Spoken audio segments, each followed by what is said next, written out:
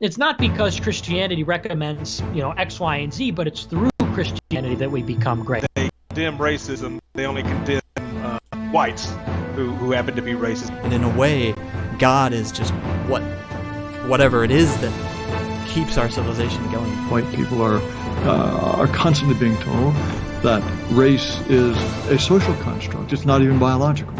And you think, where do you belong? You belong in a shopping mall. There's nothing to you other than that.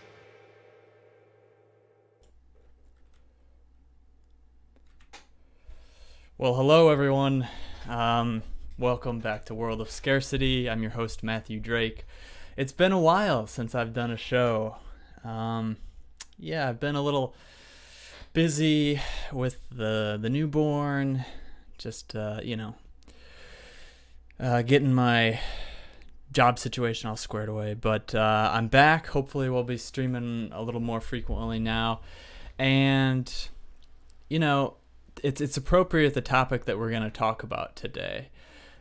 We are going to be talking about Donald Trump, which in 2019, Donald Trump is an interesting figure because a lot of people in our circles have seen him as betraying us and betraying his base and so on. I have sort of a different take on that. I think there's things going on that are deeper than that. Now, I'm hesitant, however, and this is one of the reasons probably I haven't been talking about this very much or at all, is because I thought maybe it was irresponsible to go out there and give people all this hope. But I talked myself into doing this by saying that, okay, if I can present both sides of the argument, then it's not actually irresponsible. So here to help me do that today, we're joined by our friend Faustian Spirit, and I've got him on the chats here. So everybody say hi to Faust in the chat. How are you doing, Hello. Faust? Doing good, and I appreciate you taking the time to have the Donald Trump conversation. So, yeah, a lot of people might be surprised.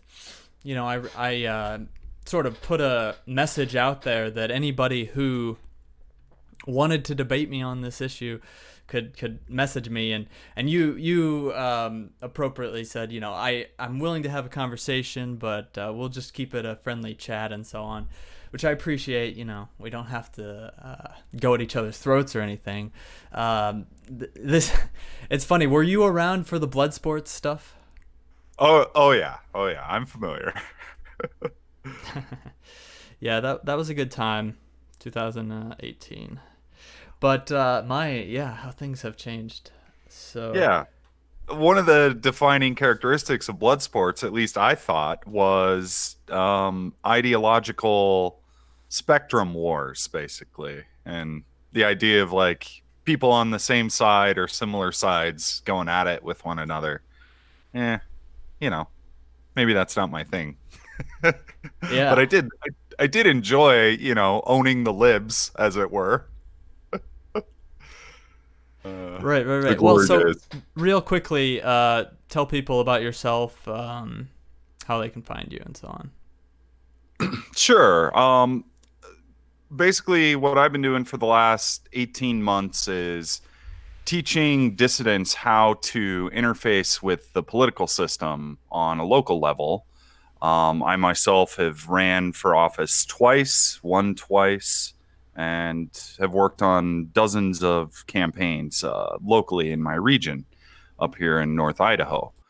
And so a lot of my discussions, talking points, content is focused around that idea of engagement, of organizing, etc. And I spend quite a few hours a week one-on-one with people, walking them through the process, and then I come out on the YouTube streams and engage in discussions with a wide range of dissidents. So that's that's where I'm at these days. And I'm on Twitter. I mostly use that for DMs these days. But yeah, people can find me there, and you provided the links. So that's my overview. Very good. And with regard to the Trump phenomenon, so when did you come on board the Trump train? Initially? Oh man. I did not vote for Donald Trump. I supported him in spirit, and similarly to how you were hesitant to have the conversation in this context, in 2016, I was hesitant to be openly critical due to all the positive energy that I saw. So I didn't vote for Trump, and unless there's a pretty monumental shift in direction policy-wise, I don't foresee myself voting for him in 2020 either. And so I'm wondering, was that because you were apolitical, or did you vote for Hillary? I actually didn't. I didn't cast a vote for the presidential stuff. Yeah. I only voted on state and local. Gotcha. But yeah, I'm. I guess you could say I'm a partisan, and I find it very difficult to bring myself to vote against my principles, and voting for Hillary or Donald would have been a violation I couldn't have gone back on. Right. So, well, that's interesting. That I think you're a rarity, because a lot of people were, let's just say, swept up in that movement, and it was a very exciting thing, and people had a lot of optimism. Now, I wanna preface things that I'll talk about here by saying, I don't think that Trump is our guy per se, but I think that the 4D chess meme is appropriate precisely because he's a showman and a campaigner. Can we ultimately trust him to get everything that we want? I don't. I believe that is the case. But what I would argue here, I guess my main thesis, is that the things that we're seeing, we think that he's being presidential when he's doing all these things. But I think that I think he's been in campaign mode since day one. So one thing, if you go back and look at sort of the arc of his campaign, after he won, some people commented on this. The fact that he had this hero's arc, if you will, sort of a Joseph Campbell concept. And basically, he started out fairly strong, and he drew a lot of attention to himself. But then you'll notice in the middle of his campaign, there was a huge slump. And a lot of people thought, oh, well, that's because of some of this Oppo research against him, things coming out like the pussy tapes, all that stuff, all that fun stuff. But he also made some gaffes along the way. And the way that I see Donald Trump, and I'm curious what your opinion will be about this, is that he does everything intentionally. Or I shouldn't say that. The way he operates, he's always thinking like he's in a campaign, right? And so what you want to do is sort of peak at the right time. And a lot of people commented on this, the fact that just everything seemed to be going perfectly for him on November 7th of 2016. So fast forward to today. Well, there's a lot of criticism of Donald Trump, and I think rightly so. He's arguably this Shabbos goy, right? He's doing all these things for Israel, but when it comes to Americans in America, he just talks a good game, right? And he allows people, you know, he says these things like Congress needs to pass laws in order to deal with this immigration crisis, and this is a huge emergency. But you'll notice he hasn't done anything for us executively. You know, the only thing really he did was the Muslim ban at the very beginning, which actually mirrored one of the first things that he talked about in his campaign. But since that, you can't really say he's done much for us. Obviously, he's done stuff for Israel. But I think that is sort of the way that he's operating, and he's letting other people sort of duke it out. And this is what I commented. Somebody said, like, the Jews are using Donald Trump, and I sort of came back with well, Donald Trump, I think, is sort of using the Jews, and that may sound odd, but there is this huge battle that's going on between the Jared Kushner camp and the Stephen Miller camp. And so people might say, well, why should I care about that, right? It's just two Jews duking it out. But it's interesting because no matter who wins that, really, it's kind of a victory for our movement, I think.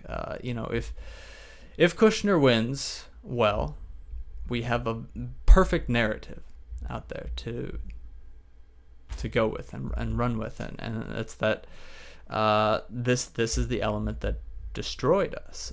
Whereas if Stephen Miller wins, which I think is the more likely scenario, I think that's why now you're seeing Miller coming out and having all these these talking points, and he's being given more control over DHS and Homeland Security and stuff. So I think that's intentional, that we're seeing this now when we're about a year and a half away from the election. So yeah, that's sort of my thesis, is that we're sort of in the trough right now, and he is we see some shifts in the landscape. And the way that Donald Trump works is he delegates everything. So he is shifting, he fires or lets go Christian Nielsen. She gives her resignation. And sorry for the crying baby there. Oh, but, no worries. Yeah, I think that, to sum it up, he's and a lot of this is speculation, I will admit, but I think there's also some evidence to back it up. I'll stop talking. What is your take on the Donald Trump thing? Well, it's interesting you bring up the showman angle, and I would also apply a bit of the qualities of the artful dodger. I don't know how much of what Trump does is from the perspective of an architect and more like going with the flow or riding the wave or riding the tiger, as it were.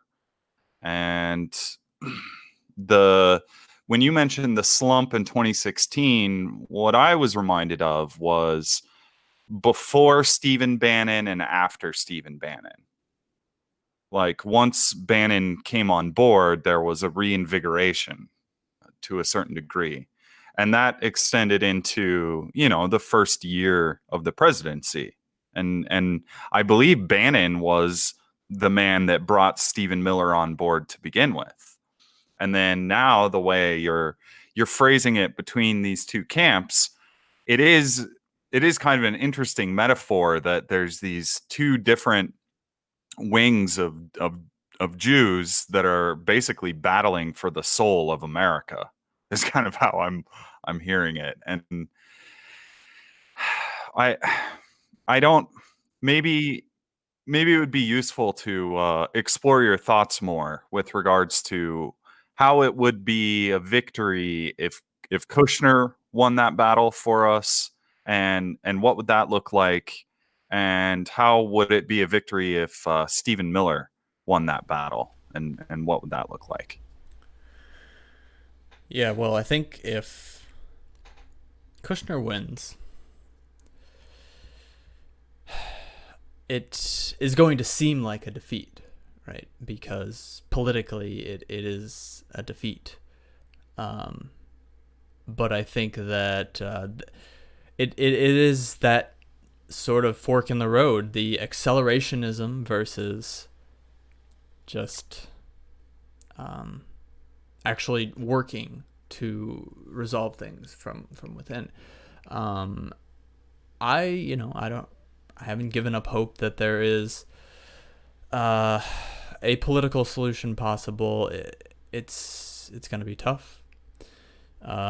People would have to be very creative, but I think it's possible. So that's essentially the difference between the two. If Kushner wins and pushes Stephen Miller out, well, then we have a very rough road ahead of us. And I want people to prepare for a rough road regardless, because it's, even if we go the other direction, things are not going to get better right away. This is definitely a long-term project. I think if you're in this thing, you have to be in it for the long haul. So people looking for quick solutions are just going to be disappointed. Yeah. Would you define like the Kushner camp as the globalists and the Miller camp as like the civic nationalists?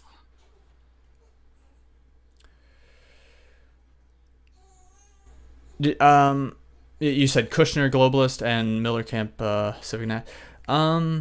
Yeah. I don't know that. I haven't seen evidence that Miller is a civic nationalist. Like, Oh. would you care to correct me on that? I'm a big fan of Stephen Miller. I watch all of his press appearances. I think he's kind of a Sith Jedi master to a certain degree. Like, he's got that. He's sneaky. Yes, he's sneaky. He's got a bit of that. He's got a wicked grin, man. That's and he's very articulate and sharp, right? And I mean, the guy, when it comes to owning the libs, like, he's one of my favorite to watch, But I will say, he does not embody what do you call it? American ethnocentric values to a certain degree. Like, he's very focused on GDP, crime, etc. It's like he doesn't explicitly talk about race, demographics, white replacement, etc. And by that definition, I would consider him a civic nationalist. Now, are you basing this off of like what he says in the media, or like the speeches that he has written for Trump? I would say both, in addition to his content before entering into the national political stage. There's like a video of him speaking at one of his high school things and things like that. Yeah, I will say, to his credit, he was more explicit about talking about, say, Mexicans, for example. But it seems like all that language has been edited out of his lexicon in the, once he got a federal job, basically.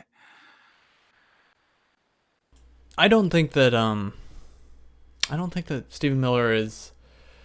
I don't think of him as a civic nationalist. I don't think of him as a white nationalist.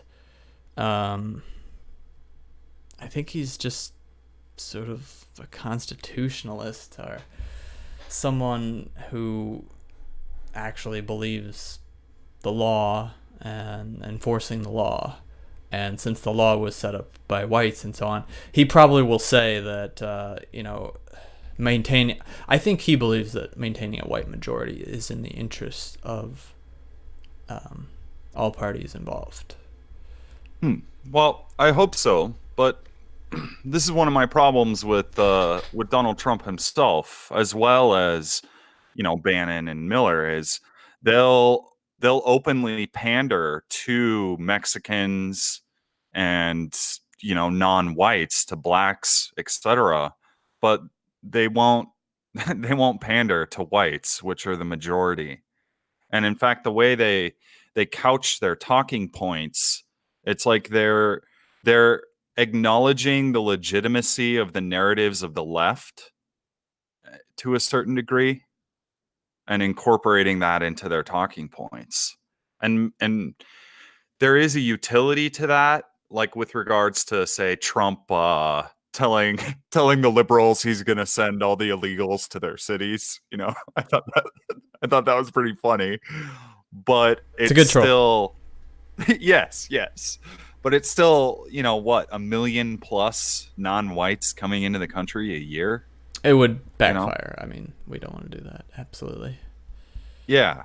So, and then Trump simply threatening to close the border. What was it, like almost 3 weeks ago now, end of March, and the amount of kvetching that occurred after that. You see all these Republicans saying, "Oh, closing the border will hurt the GDP. My bottom line, my profits," and it's all so tiresome, Matt. It's like these people care more about money and materialism than the safety and well-being of the native white population. That's how it appears to be to me. Well, I definitely think that a lot of people are really frustrated by this, and that especially Ann Coulter, and him going off on Ann Coulter. I think that was a shock to a lot of people. The way he treated her, it's just unjust, and I think uncharacteristic of. Certainly, the bluster is not uncharacteristic, but him targeting someone who is his longest supporter like that. But I think this, if anything, contributes to the 40 chess narrative because, well, it's just too insane for it to be anything else. Well,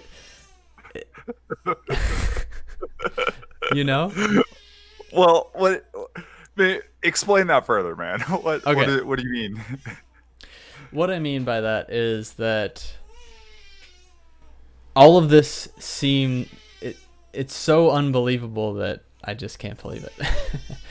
And maybe that's my fault. Maybe I'm too gullible or something. But the way that he is dealing with these situations, he is,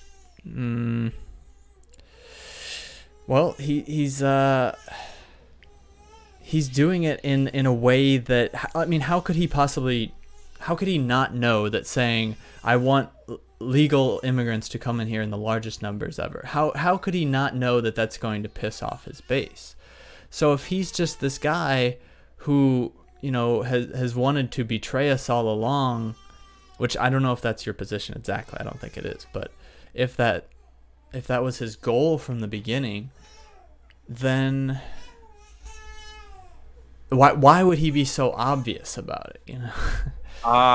See, I don't look at it as a betrayer or anything like that. I see him primarily as a negotiator. And, why would he say the most amount of immigrants ever legally? Why would he say that if it would piss off his base? Well, I'm getting the sense just from his public appearances, of course, that he doesn't have a conception that would piss off his base. What he has is a conception that we need these workers, and that his base would want legal immigrants so that they can have cheap labor.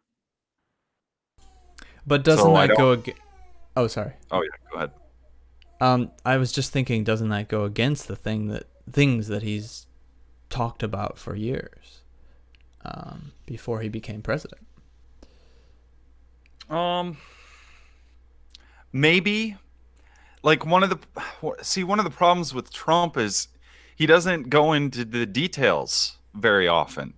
And so the broad sweeping generalities that he talks about things in, it's like it I don't know, man. It reminds me of some of the tactics of the left where they make a whole bunch of broad sweeping claims, and then you investigate the details, and what you get is just more talking points, you know? So I don't know, maybe if you could, if you can recall something offhand or off the top of your head, with regards to like a deeper insight into this, maybe Okay. that would be useful. I'm trying to think. Well, I mean, his biggest thing was trade, right? He's always been, oh, these trade deals are horrible. The U.S. is getting screwed over, and when he pivoted to running for president, I think you might have a point in that he didn't really push the immigration thing too much until he started to run for president. So yeah, I can believe that to some degree he was an opportunist on that, but the trade thing he's definitely held to, and I think some of that stuff translates to immigration. It's like, why should humans be any different than goods? Well, there's that materialism, I guess you could say, of quantifying people in terms of like what they can provide to the economy, you know. and furthermore, I don't know if you've seen, John Mark recently did a video on Trump, and this idea that all these non-whites that were just shipping in by the plane load, it seems, every day, they vote over 70% Democrat, which, would kind of turns that on its head. It's like, well, if it's they if it's just an economics game, if it's all about the GDP, and we're not going to look at the realities of these racial differences in voting patterns, then what anything that he does operating from that framework is going to do more harm than good in the long term.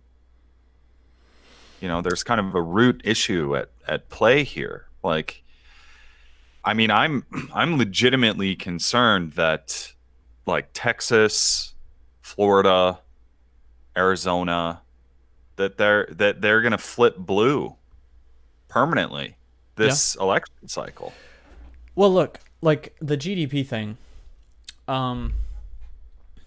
Obviously, I agree with you. It's not a great measure for how a country is doing. The thing is, that's the only thing that unites us.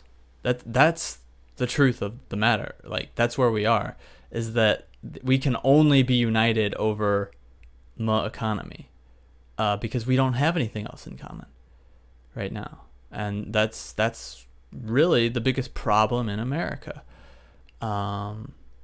Now, is it possible that someone running on a different platform could perform and win election? I think Trump realizes that that's not enough.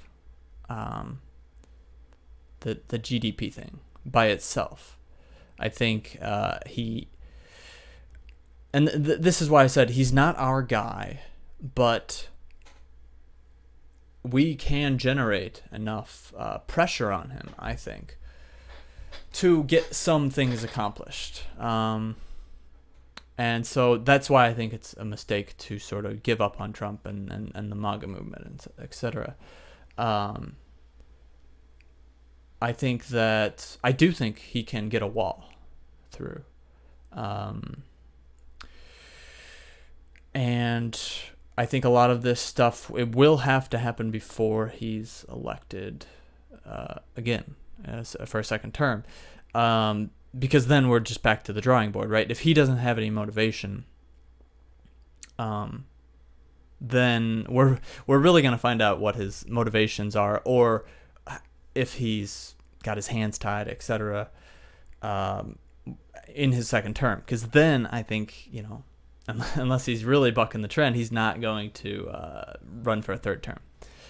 So that'll be interesting to see. So I think this is really the pivotal time, is what I'm trying to say. Is like,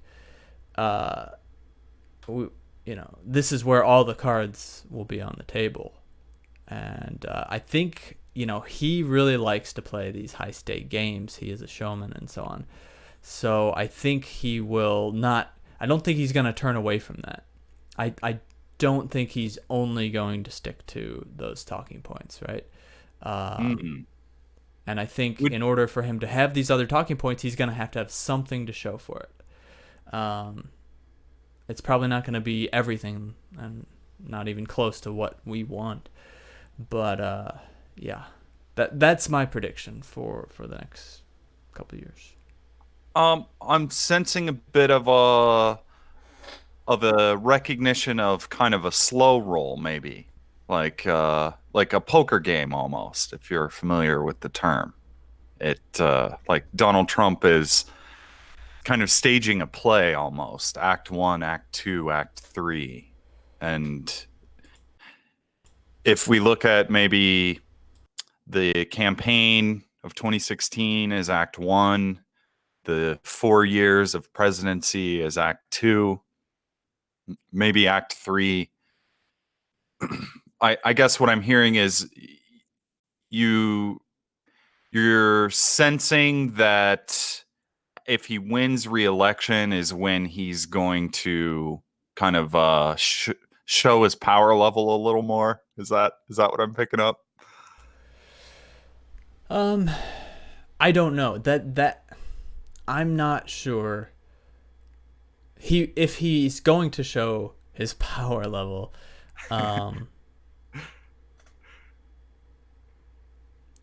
No, actually, that's not what I'm saying. I think the act would be the lead up to his re-election.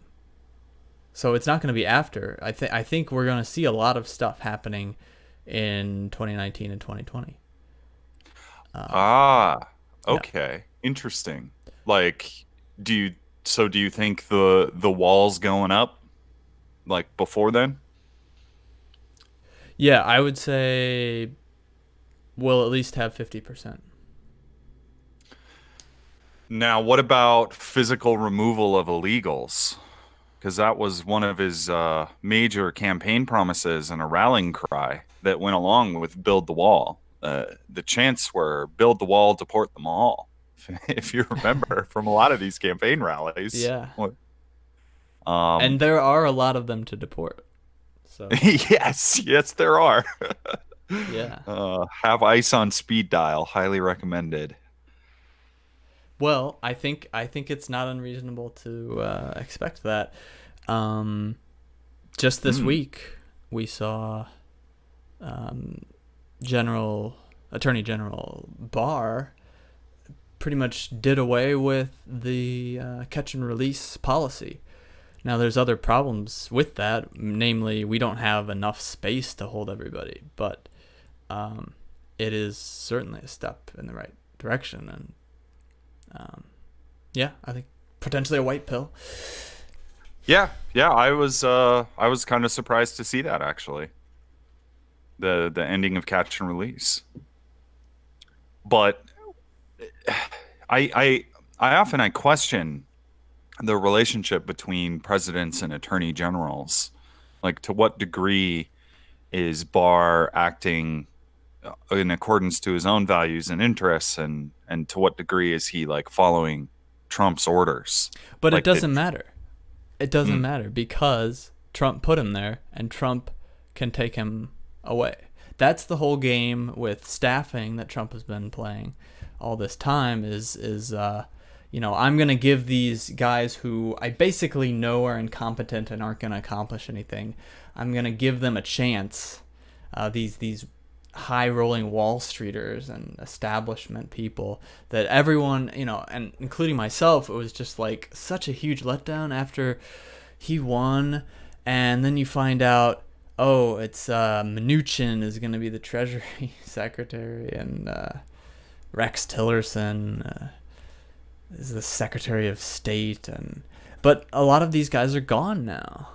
And I think that's just how he rolls. He doesn't like to do things himself because then he can take blame for that. He likes to delegate, and he especially likes to, basically this is a big version of The Apprentice that we're watching. And, we're having all these moments where he's telling people you're fired. And so it's like this big show. Now, I think a lot of people would agree with that. The question that people might disagree with on is, well, what's this leading up to? What are his actual intentions? Like, whose side is he really on? And I think that's intentional. He doesn't want you to quite know whose side he's on, because that plays to his advantage. He can play the media and so on. Like, now the Mueller report is this big thing, and the media has been discredited and everything because there was no collusion. Obviously, everybody with any sense knew that, but he's allowed this thing to go on, and now in the minds of a lot of people, he's vindicated. Now, it doesn't matter as much to you and me, really, because we kind of knew what was going on. But for your average boomer out there, and let's face it, the boomers are a huge voting bloc, the Mueller report is just, oh my gosh, well, the mainstream media and the libs, they've all been owned out of, to oblivion and so on. And so I think that he's using this as, sort of a pass. Like, okay, like you said, the next act is coming. And this is why we see all of these, ask Faust if he thinks Trump is playing Yu-Gi-Oh poker. Okay. Yeah, that's Zero, chat. man. What's up, Zero? But anyway, so like, yeah, now, and you see with these Game of Thrones memes that he's throwing out there, it's like he's putting this idea into people's minds that, heads are going to roll, etc. And I just don't see how he can win the election if he doesn't make good on these promises. So I think that's why he's going to make good on some of them. Well, he's made good on quite a few of them. Let's give credit where credit's due. The whole NAFTA thing and tax cuts and whatnot. Like, he's accomplished a pretty significant amount, especially relative to past presidents. But, there's like critical issues that aren't going acknowledged even. And I spent a little time in preparation for this. I went back and I watched about 10 different of his stump speeches, and then I read a few more on top of that. And he mentioned quite a bit, ending Common Core, for example. I've seen zero federal action to get rid of that. And that's something he could do literally with a wave of his hand. The Department of Education is under the purview of the executive branch. And on top of that, there's numerous statements he made about paying off the national debt. Like he said he could do it in 2 terms, in 4 years or 8 years, and all I've seen is him expanding the budget, expanding federal spending, not reducing it, you know.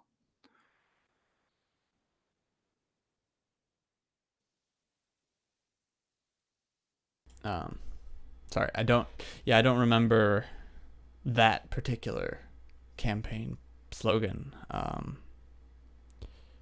I know he talked a little bit about the debt, and how, but I don't know, like he wasn't running. He will say these things, but he wasn't running as a fiscal conservative by any means, was he? Well, he made in almost every speech he made comments about essentially more efficient government, rooting out corruption, etc. He talked about he never named it directly, but he talked about certain aspects of the military-industrial complex, and he's been giving them more money, not less. So there, there's like it's like on the one hand, what's the point of like fixing NAFTA or getting out of like the global climate change accords, or what's the point of doing that if you're just gonna accelerate the replacement of the white working taxpayer with people who are net drains on the tax burden? Just from an economic argument, it's very confusing. It's not internally consistent, I guess. Yeah. One thing with so I don't think anything's been done with Common Core yet. I don't remember seeing that, but there certainly has been, like, the media has been going after Betsy DeVos a bit, because I think she was cutting what did she cut funding to? Like,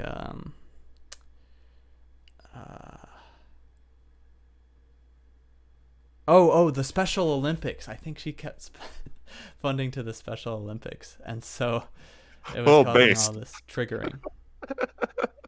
Oh man. And she's also been, pushing like charter schools and these type of things. So I'm not sure. Do you know if charter schools have to follow Common Core? I guess they would, right?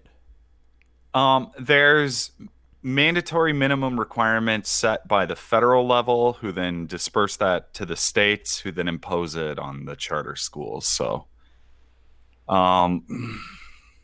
yeah, I'm not entirely sure on the details, but in order to like get acknowledged that your degree is legitimate, or the institution is a legitimate form of like dispensing degrees, they do have to follow the federal and state guidelines. I mean, they do the same thing with like homeschooling would be another example. Like the state of homeschooling has not improved under Trump. In fact, the hysteria of the liberals and these blue states, we've seen further crackdowns on homeschooling, trying to basically make it illegal, essentially. And it's very peculiar to me and this is just one issue, but it's very peculiar to me to see a man campaigning who's so open about discussing some of these problems, at least in the general sense. But when he takes power, there's like so many easy things he could do to address this, and they're going unaddressed. It's almost like what you're saying about delegation. If he's going to delegate taking care of this problem to these other people, and then he's content with them spinning their wheels on it, I don't think it reflects well upon him. at least, for his base, right? Like, No, it doesn't. People are very angry, but you notice something. When people are angry, they don't just, well, I guess a better way to say it is they are not complacent. And I think that is one of the dangers of doing things, especially in this environment. Like, if we had a different political structure or something, if we didn't have a media that was infested with dual citizens and people who do not have the interests of this country at heart, then I think it would potentially be a different story. I mean, essentially, what I hear a lot of people asking for is like, oh, well, why can't we just have a dictator or something? And I don't think that's what you're saying, because there are, I recognize, like, there's things he can do that are within the law that he's not doing. Absolutely. But yeah, I think sorry, I lost my train of thought. So no worries. The wall is a big sticking point. You brought up Ann Coulter, and it's something that I hear from, I guess, the based boomers out there in my local community. They're very distraught at the lack of progress with when it comes to the wall. It's like it's a big deal, I guess you could say, to them. It's probably a bigger deal than the Super Bowl for a lot of these guys. And Trump signing off on 38 billion to Israel, and there's no wall. It's just, oh, man, it's in a way, I kind of see where you're coming from here. In a way, it's almost like if he was too good at his job, it would make us more complacent. That's kind of what I'm hearing. I think, yeah, that I think that was my point. That exactly, if he was getting all these things done and we were happy, then it would be like, okay, there's really no reason to fight. Especially for a lot of the people who aren't, quote, woke, right? They would just think, okay, well, it worked. We won. We elected this guy, and so on.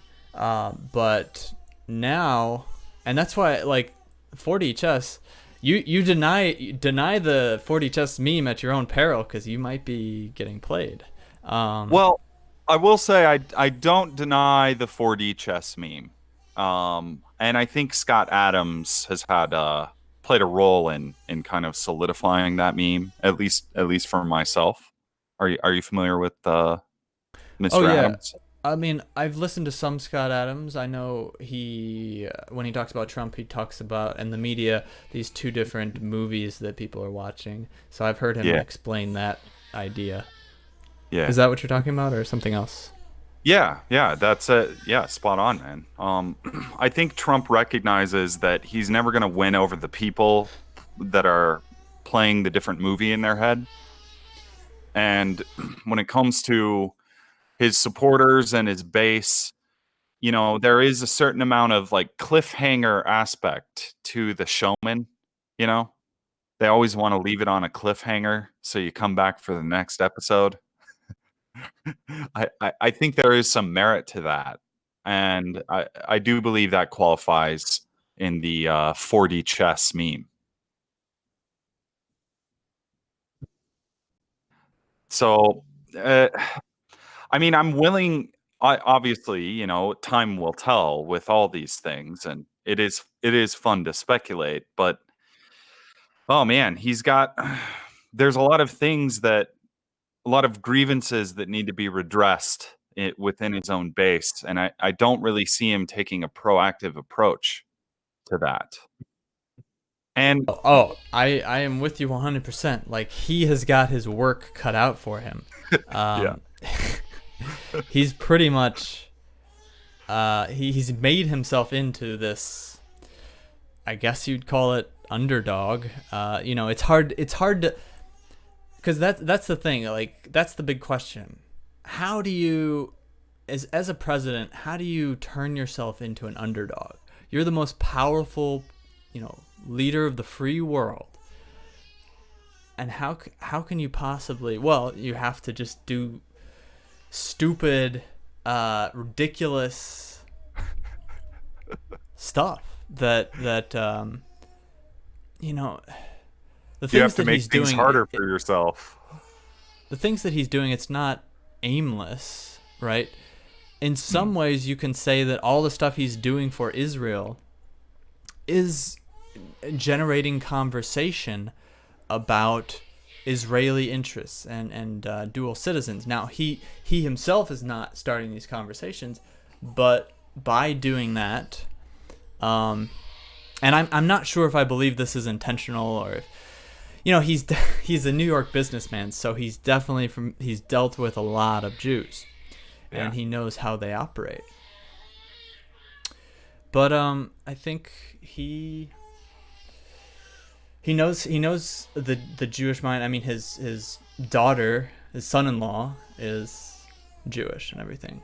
So the question is really, is he doing this because he knows what they do and wants to stop them or at least challenge them in some way, or is he aware of what they're doing and opposes it? Because I know he's a boomer, but I don't think he can be completely oblivious to this fact. What do you think about Trump and Jews? I think he operates primarily as a negotiator, and I don't take Trump as a, what do you want to call it, as a subversive or what have you. I think he's trying to be a peacemaker and using appeasement, doing the dance with them. It's just, it's a little bit frustrating because it seems like they get everything they want. Exactly. Well, it seems like they've got a gun to his head, frankly. Or Yeah. that they got something on him. Well, Trump doesn't seem like he's not the kind of man that cracks under pressure.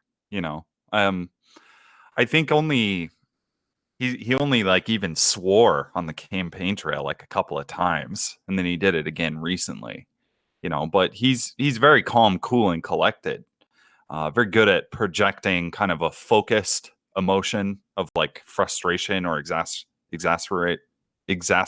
oh man, I can't say it. Yeah, just frustration. And then he does point out the absurdity of a lot of these a lot of the behavior in the media, which in a way, like, I hear him say that. I'm hearing a different word when when he talks about the mainstream media, right? Like we know who's controlling those narratives. So there, I think it's like a boxed in kind of situation where he can't say white, he can't be openly critical of Jews and like Jewish interests working against American interests. So there's maybe a coded language that's being used. And, I don't want to bash him too hard, but the Q people seem to be hyper sensitive to this concept of coded language. But even then they don't acknowledge like the Jewish role in money and influence and legislation, etc. So Trump and Jews, I don't know, man. I see it a lot as like appeasement and negotiation. And if you have insight into maybe like a long-term goal that comes out of that, like I read The Art of the Deal during the 2016 campaign, and I am familiar with kind of his mindset and philosophy when it comes to negotiating deals. And it seems like his behavior with Jews is out of step with with um with regards to that. Yeah, I think I know what you mean. Now everyone knows there's Sheldon Adelson, which I think that was sort of a direct deal up front. The whole embassy in Jerusalem thing. I think that was pretty much a trade. It's like money for embassy in Jerusalem. And, well, say what you will, but it's like, okay, fine. Whatever. Have your little embassy, recognize the capital, whatever. In the grand scheme of things, I don't think it's gonna hurt us that much. One thing with his temperament, though, I have heard he's a bit testier in person, and he can kind of blow up on people. Have you heard those things? At least when he's dealing with people in private. Yeah, I've heard that from some of the Jews that like turned against him after they got into the cabinet, like the Cohen types. You know, that it seems to be that camp that promotes that concept. I mean, there's no way for me to know, you know. Yeah, no, I know. I would love to be a fly on the wall in some of those meetings. I'll tell you what, though. Maybe they did get some secret recordings, and we'll get some insight in the future, you know. I think 2020 is going to be a wild ride, man. Yeah, who knows? But yeah, so I'm not entirely sure about his temperament. So behind let me closed ask you doors. then, because we've been going for a little while. Is there anything he could do to win your vote? Yeah, if he starts physically removing illegals and addresses demographics, that would be huge. I mean, I would vote for him at that point. Actually, But- naming white people instead of just saying the forgotten people. Right, naming white people, like, and all it takes is a shift in language, just a little bit. You know, he talks about illegals coming over to the border and bringing crime, and it's like, well, okay, why? You know, that just a little extra info. You know, like, why is Detroit a shithole? You know, that would be very useful, I think, to acknowledge the realities of what we're facing. But I mean, at this point, it's like it's almost unreasonable for myself and other dissidents to expect people to acknowledge simple truths about reality. Like it doesn't seem probable. But yeah, I would say physical removal, build the wall, and all, like, you know, there's even just a moderate uptick in physical removal, I would cast a vote just to show favor for that, you know. And I just haven't heard anything. I have, even amongst like the most rabid MAGA peds, there's no talk of mass deportations. Which, I mean, my goodness, man, it's not like the crime rates have gotten better since he's gotten elected. They've gotten worse, man. You know, and it's just a never-ending stream. So, Yeah, yeah. I mean, it's coming to this huge crunch moment because now, at first, I think the Mexicans and Central Americans were afraid.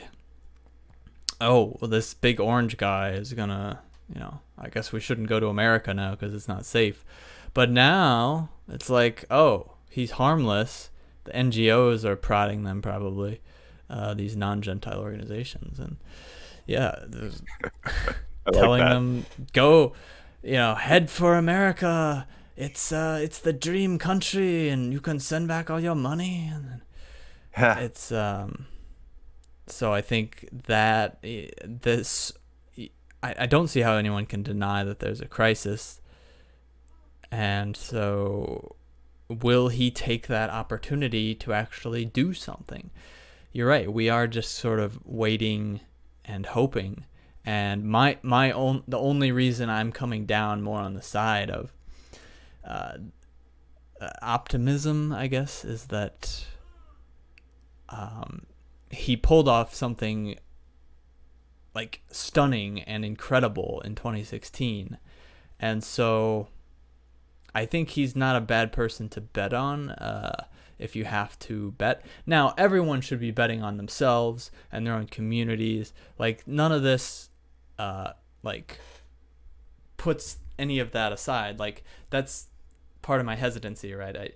People get really caught up in politics, and it is fun to talk about, but we have to remember there's only so much we can do. We can try to get people involved. We can make memes and so on.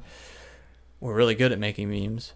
And so, but we also, there's just this, and other people have talked about this too, but just like the manor buns and stuff, that's all critical. Keeping the communication going is more critical than anything, especially when they're trying to censor us.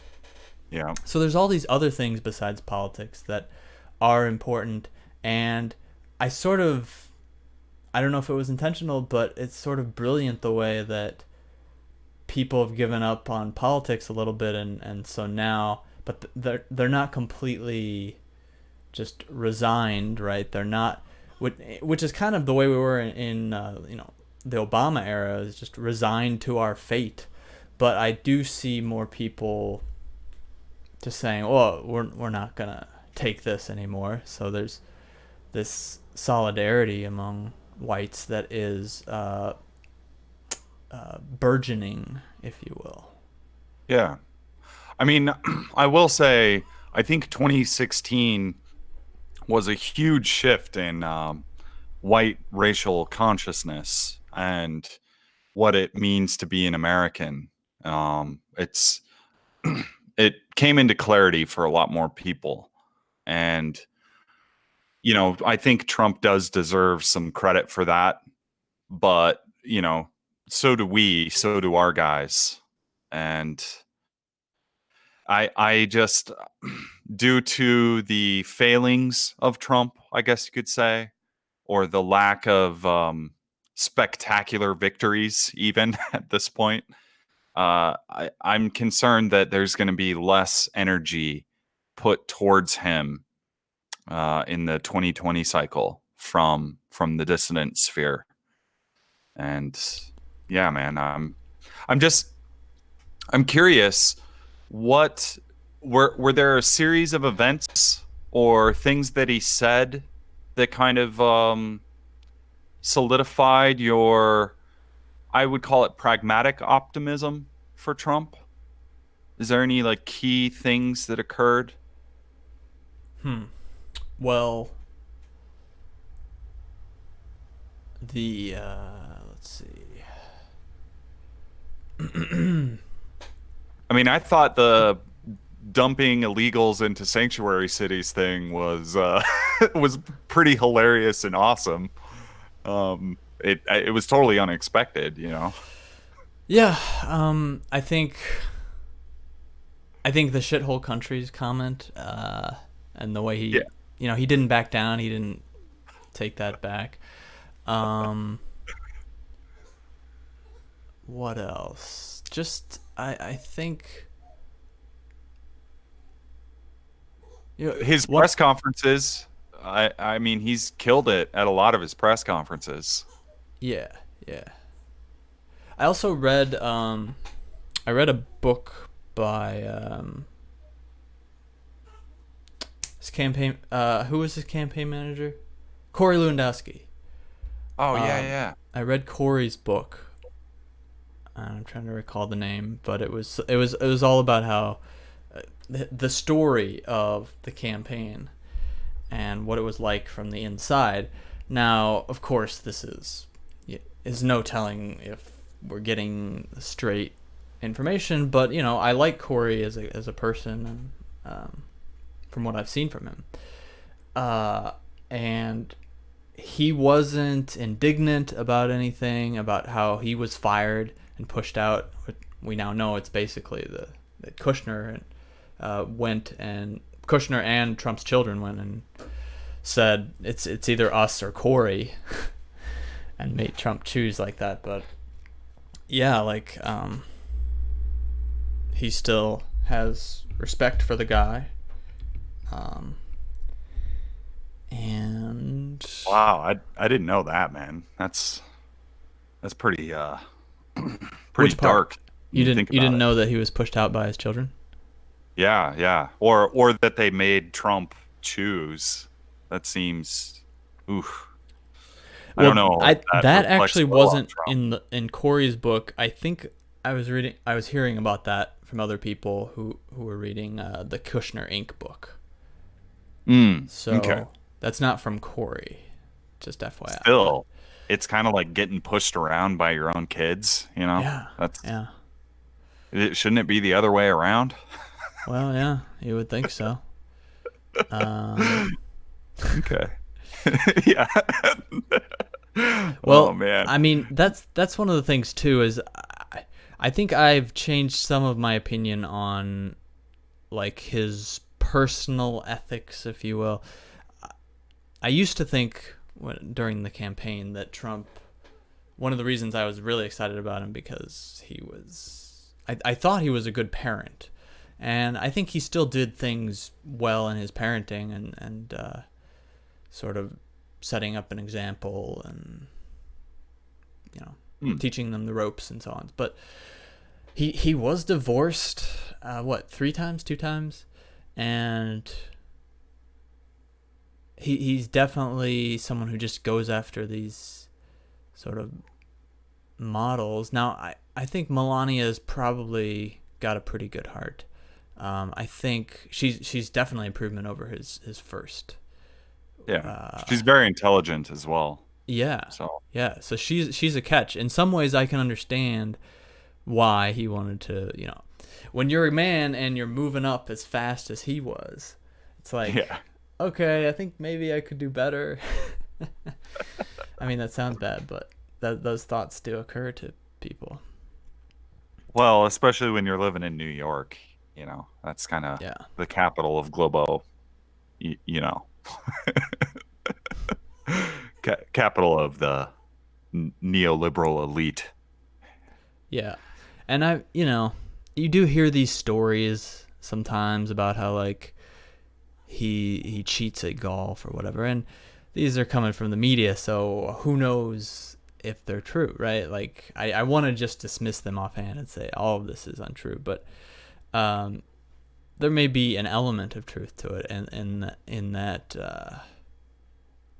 he wants to win so badly that he's willing to bend a few rules, and sometimes that's bad, sometimes that's good.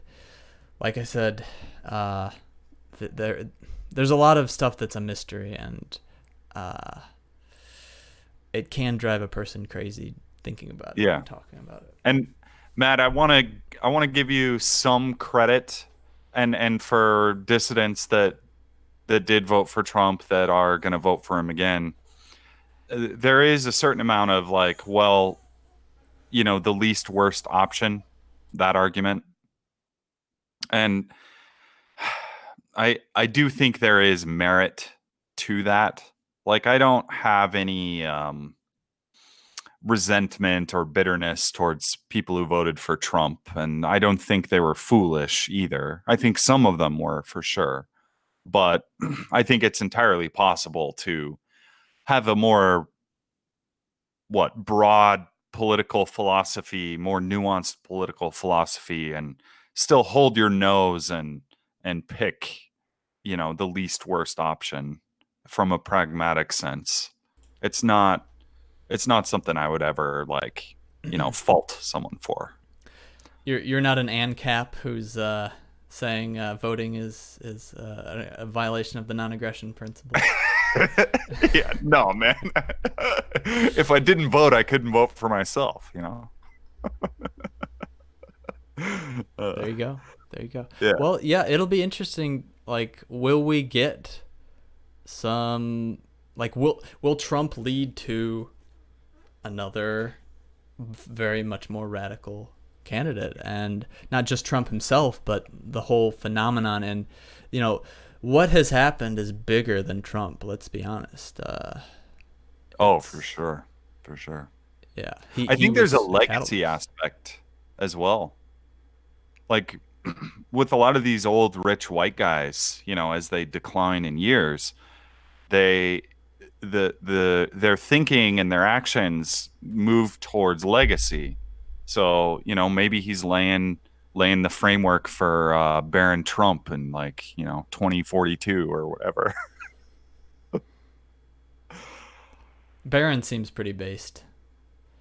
Yeah. Yeah.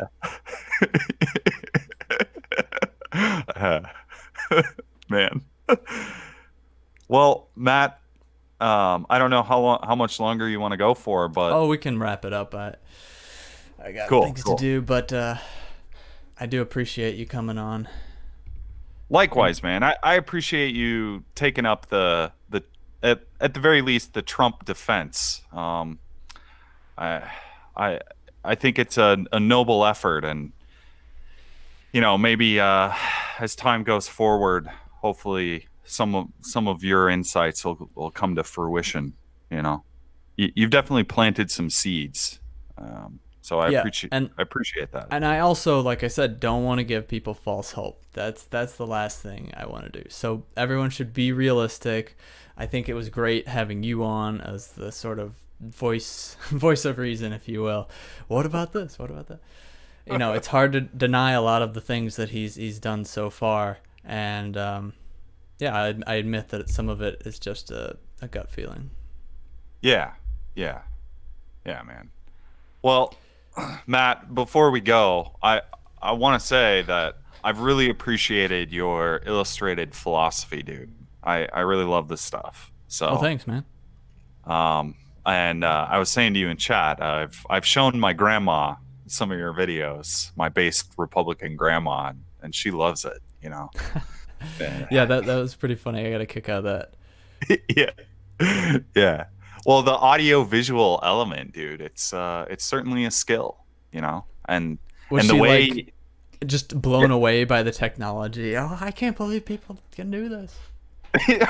Well, I'm more on the autism spectrum, and just you and your spatial reasoning on those papers, it's pretty incredible how you can create that whole scene. And if it was me, man, I have a hard time keeping my letters the same size when I write.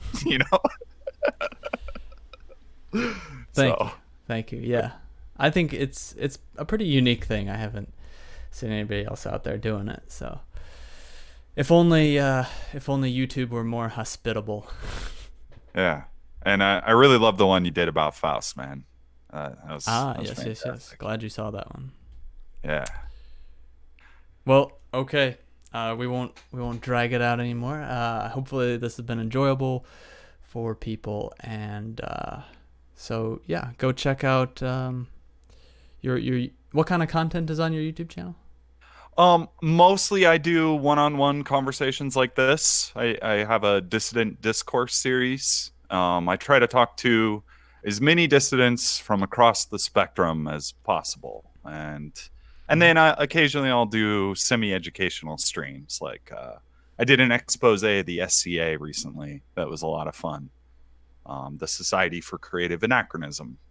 And as time goes forward, I'm going to be putting more analysis and in-depth kind of educational work towards my goals with regards to empowering dissidents to engage in the political system. Even if they think all hope is lost, there's still options that we can pursue. So, yeah. Yeah, somebody had a subversive super chat earlier, which I won't dignify reading, but part of it said, I think it was politics is pointless, or there are no political solutions. I think that's silly. You might think within the current system there's no political solutions, but politics is about, or maybe governance is a better word, but that's about organizing our society. You know, these type of things are always going to be there in some form or another.